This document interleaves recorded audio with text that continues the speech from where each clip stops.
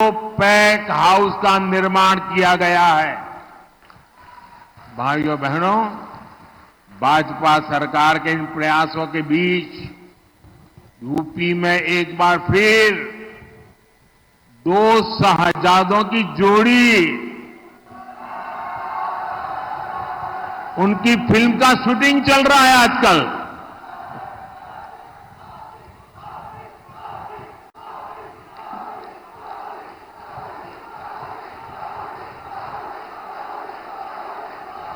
और ये दो शहजादों की फिल्म का पहले ही रिजेक्शन हो चुका है। हर बार ये लोग परिवारवाद, भ्रष्टाचार और तुष्टीकरण की टोकरी उठाकर यूपी की जनता से वोट मांगने निकल पड़ते हैं। अपने इस अभियान में ये लोग हमारी आस्था पर हमला करने का कोई मौका नहीं छोड़ते। आप याद करिए, इनकी सरकार को यहां के पवित्र तिगरी मेले से कितनी दिक्कत थी। तिगरी मेले में भी रुकावट डालते थे। यहां जो कांग्रेस के प्रत्याशी हैं, उन्हें तो भारत माता की जय बोलने तक में आपत्ति थी। जिसको भारत माता की जय मंजूर नहीं, वो भारत की संसद में शोभा देता है क्या? ऐसे व्यक्ति को भारत की संसद में प्रवेश मिलना चाहिए क्या? अयोध्या में राम मंदिर बना तो ये सपा कांग्रेस दोनों पार्टियों ने प्राण प्रतिष्ठा का निमंत्रण ठुकरा दिया। आप कल्पना कर सकते हैं, वोट बैंक के भूखे लोग प्रभु राम के प्राण प्रतिष्ठा के अवसर पर निमंत्रण ठुकरा गए। अरे उसके बजाय तो उनकी ओर देखिए, जो जीवन भर बाबरी मस्जिद का केस लड़ते थे, सुप्रीम में हार गए तो खुद प्राण प्रतिष्ठा में आकर के शामिल हो गए। और इनको तो उसमें भी शर्म आ रही है। ये तो उनसे भी गए बीते हैं। लेकिन ये लोग निमंत्रण ठुकरा तो दिया, लेकिन इससे भी उनका मन नहीं भरा। उनको लगा कि शायद वोट बैंक कच्ची रह जाएगी, और इसलिए ये लोग आए दिन राम मंदिर और सनातन आस्था को गालियां दे रहे हैं। अभी रामनवमी पर अयोध्या में प्रभु राम लला का इतना भव्य सूर्य तिलक हुआ, आप सबने देखा ना? देखा ना? आज जब पूरा देश राममय है, तो समाजवादी पार्टी वाले जो राम की भक्ति करते हैं, समाजवादी पार्टी के लोग वोट बैंक की खातिर पब्लिकली कहते हैं कि ये सब तो पाखंडी है। क्या आप सब पाखंडी है क्या? क्या राम भक्त पाखंडी है क्या? क्या राम की पूजा करने वाले पाखंडी है क्या? साथियों, इंडी गठबंधन वाले सनातन से घृणा करते हैं। आपको ध्यान होगा, मैं कुछ दिनों पहले द्वारिका नगरी गया था, और अमरोहा तो सीधा सीधा श्री कृष्ण के साथ नाता रखने वाली जगह है।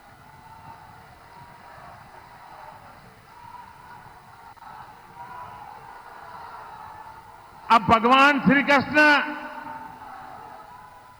यहां से निकल करके गुजरात गए थे, और मजा देखिए, मैं गुजरात में पैदा हुआ और उत्तर प्रदेश के चरणों में आके बैठ गया। काशी ने मुझे सांसद बना दिया।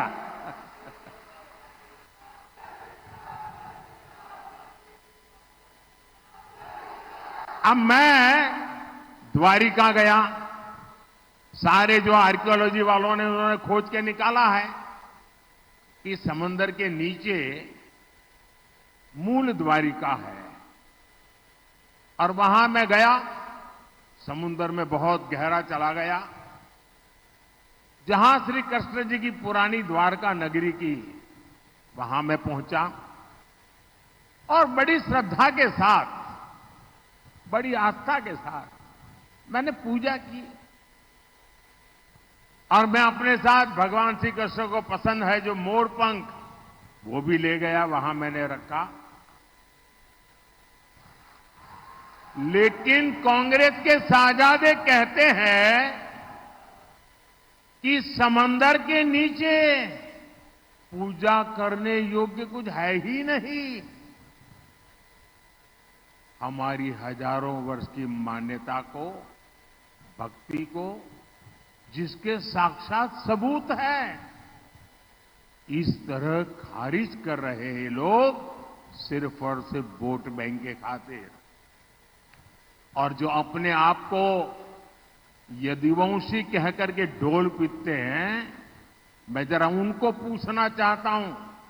बिहार में जो लोग कहते हैं ना हम यदुवंशी हैं, उत्तर प्रदेश में जो नेता यदुवंशी का मलाई खाने के लिए निकलते हैं, मैं उनको पूछना चाहता हूं, अगर आप सच्चे यदुवंशी हैं तो भगवान द्वारिका की पूजा करने वाले का अपमान करने वाली पार्टी के साथ कैसे बैठ सकते हो? कैसे उनके साथ समझौता कर सकते हो?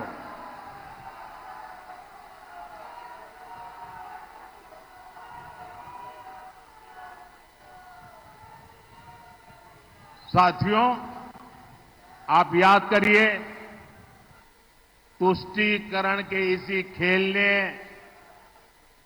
यूपी को और खासकर हमारे पश्चिमी यूपी को दंगों की आग में जलाया था। यूपी के लोग गुंडा राज का वो दौर कभी भी भूल नहीं सकते। आए दिन यूपी में दंगे होते थे, लोगों को अपना घर छोड़कर जाना पड़ता था। पश्चिमी यूपी के कितने मोहल्लों में सामूहिक तौर पर मकान बिकाऊ है, उसके पोस्टर लगाने पड़ते थे। हमारी बहन बेटियां तक सुरक्षित नहीं थी। ये हमारे योगी जी ने आपकी सुरक्षा के लिए यूपी को ऐसे अपराधियों से मुक्ति दिलाई है। हमें दोबारा किसी भी कीमत पर उन ताकतों को मजबूत नहीं होने देना है। साथियों, 26 अप्रैल को चुनाव में एक बड़ा अवसर आने वाला है। आपको मेरे साथी भाई कंवर सिंह तंवर को रिकॉर्ड मतों से जिताकर संसद में मेरी मदद करने के लिए भेजना है। आपको यहां से निकलकर एक और काम करना है, करेंगे? देखिए, अभी मुझे कुछ दिन पहले एक प्रेस इंटरव्यू में दे रहा था, वो मुझे पूछ रहे थे कि आप ये 400 पार कह रहे हैं, बोले बहुत से राज्यों में तो आप इतने आगे बढ़ चुके हैं, आप उसमें भी आगे अब कहां से बढ़ोगे? मैंने कहा लिख लो, अकेले उत्तर प्रदेश का मैं सांसद हूं तो मैं उसकी बात करता हूं। मैंने उनको कहा, यूपी के सांसद के नाते मेरे अनुभव से मैं कहता हूं कि अब 7 साल से यहाँ योगी जी की सरकार है और 19 में तो उनको 2 साल ही काम करने का मौका मिला था। अभी तो 7 साल में उन्होंने यूपी में ये दिखा दिया है कि गवर्नेंस क्या होता है, कानून व्यवस्था क्या होती है, विकास क्या होता है। और इसलिए मैंने कहा लिख लो, योगी जी के नेतृत्व में 14 का रिकॉर्ड टूटेगा, 19 का रिकॉर्ड टूटेगा और 14 और 19 दोनों रिकॉर्ड तोड़ करके इस बार उत्तर प्रदेश नया इतिहास बनाने वाला है। भाइयों बहनों, लेकिन इसके लिए हम सबको पोलिंग बूथ जीतना है। अपना पोलिंग बूथ जीतोगे, पोलिंग बूथ जीतोगे, घर घर जाओगे, मतदान करवाओगे, ज्यादा से ज्यादा मतदान करवाओगे। अच्छा, मेरा एक काम करना है, करोगे? जरा हाथ ऊपर करके बताइए, करोगे? एकदम पीछे जो लोग हैं वो भी बताए, करेंगे? देखिए, घर घर जाना और लोगों को कहना कि अपने मोदी जी अमरोहा आए थे और मोदी जी ने आप सबको प्रणाम कहा है। मेरा प्रणाम पहुंचा देंगे? मेरा प्रणाम पहुंचा देंगे? मेरे साथ बोलिए, भारत माता की, भारत माता की, भारत माता की। बहुत बहुत धन्यवाद।